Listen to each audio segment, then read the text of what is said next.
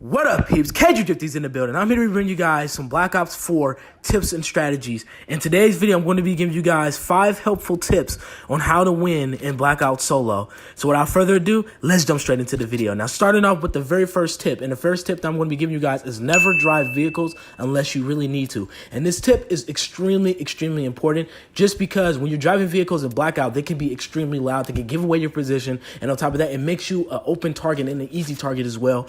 Bringing people towards you, and especially if you're going against people who love to camp or who like to wait down until all the people are dead, it's always good to avoid that, because when you get into a vehicle and then, like for example, they'll end up shooting at your vehicle, or somebody will have a grenade launcher or rocket launcher, they'll shoot it at you, or just in general, if you're in the vehicle and you stop by a house or stop by anything where you want to get loot, a person could be sound whoring throughout the whole thing, camping or whatever like that. When you get out your vehicle to go get some loot, or after you kill a person, they can easily take you down from the flank, hit you from a camping spot or anything like that. That's why avoiding vehicles is really important to do. But like I said before, you only get into vehicles unless you really need to, and that's if you need to make it to the circle, or that's if you're trying, like, you're far back into the storm or anything like that. But don't try to avoid it if it's not related to a storm purpose. I feel like it is very helpful to just walk, even though walking can be loud, but vehicles is way loud and it gives away your position. And on top of that, it makes you an easy target. So always try to avoid vehicles unless you really need to.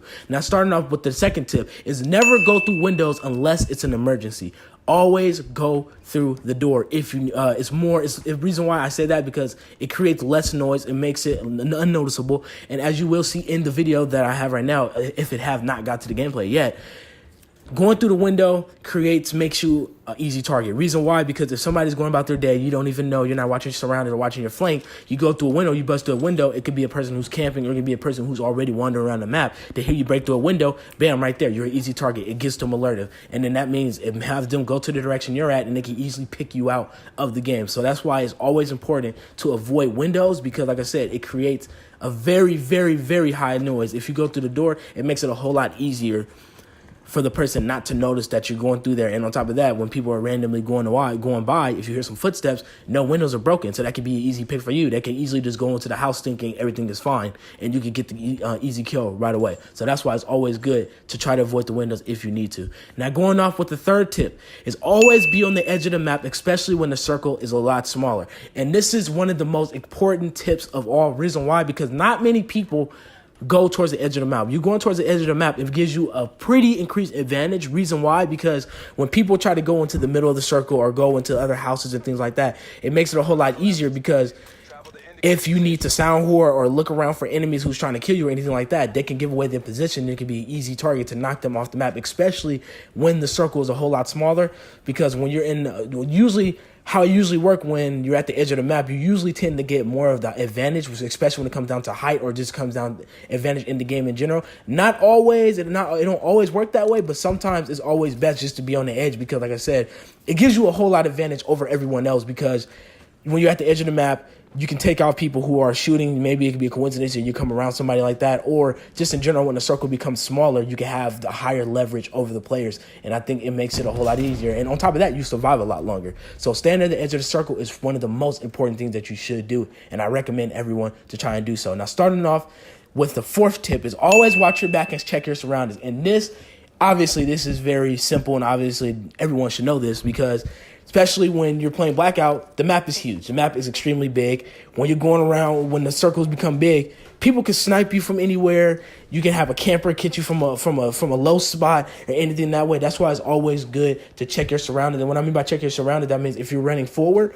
look over your screen. Look around the whole screen. Look on the side, because you might be surprised on how many people do not pay attention, or how much of their surroundings or their guard is up. You can easily get that pick just like that. And if you have to, look behind your back every 5-10 seconds. Look behind you. Check and see if somebody's trying to snag you from behind, or trying to get a stealth kill behind you, because people can use dead silence, and you can become a very easy target, especially if you don't have anything to, quiet your walking. So I feel like it's always best to watch your surroundings, look around the map on the screen. If you can, look side to side, anything like that. And on top of that, every now and then, every few seconds, check your back, check your corners, check your sides. It'll be extremely useful, and you can easily get a pick like that if somebody's trying to get from behind you.